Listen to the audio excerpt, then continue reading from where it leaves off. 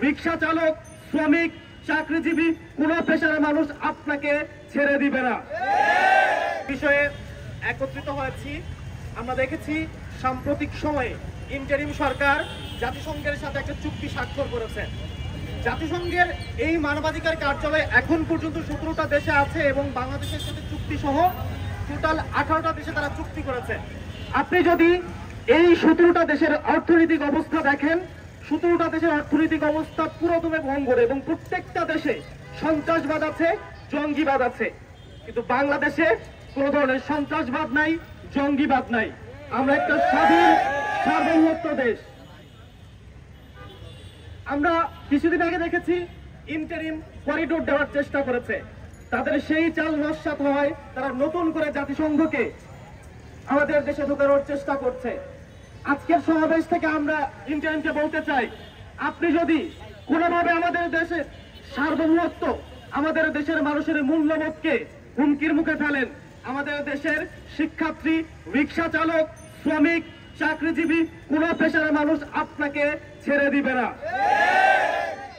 আজকের সমাবেশ থেকে আমি স্পষ্ট করে বলতে চাই, এদেশ আমাদের চাষাদের দেশ, রিক্সা চালকের দেশ, চাকরিজীবীর দেশ, সকল ধরনের শ্রমজীবী মানুষের দেশ। এদেশে আমরা আপনাকে দায়িত্ব দিয়েছি, কিন্তু আমাদের সার্বভৌমত্বকে যদি আপনি কোনোভাবে হুমকির মুখে ফেলার চেষ্টা করেন, আমরা চূড়ান্তভাবে এর প্রতিবাদ করব। শান্তিরক্ষা মিশনে সৈন্যদের কর্মকাণ্ড দেখেন।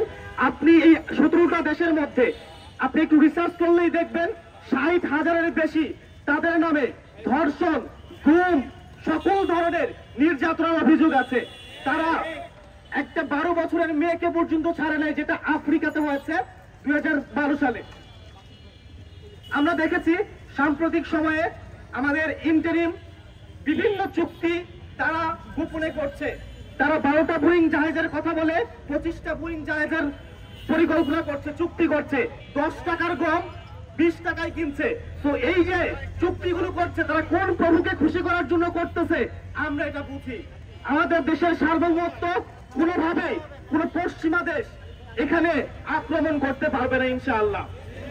আমরা যদি নিজেদের জায়গা থেকে সবাই আওয়াজ তুলি, আমাদের দেশে করিডোরের যেমন জায়গা দিতে পারে নাই, জাতিসংঘের মানবাধিকার কার্যালয়ের জায়গা হবে না ইনশাআল্লাহ।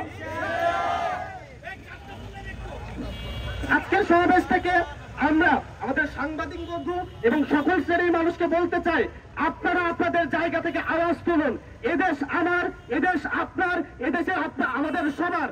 এদেশ কোন নির্বাচিত ব্যক্তির নয়, আমাদের সকলকে এদেশের সার্বভৌমত্ব রক্ষার জন্য মাঠে থাকতে হবে।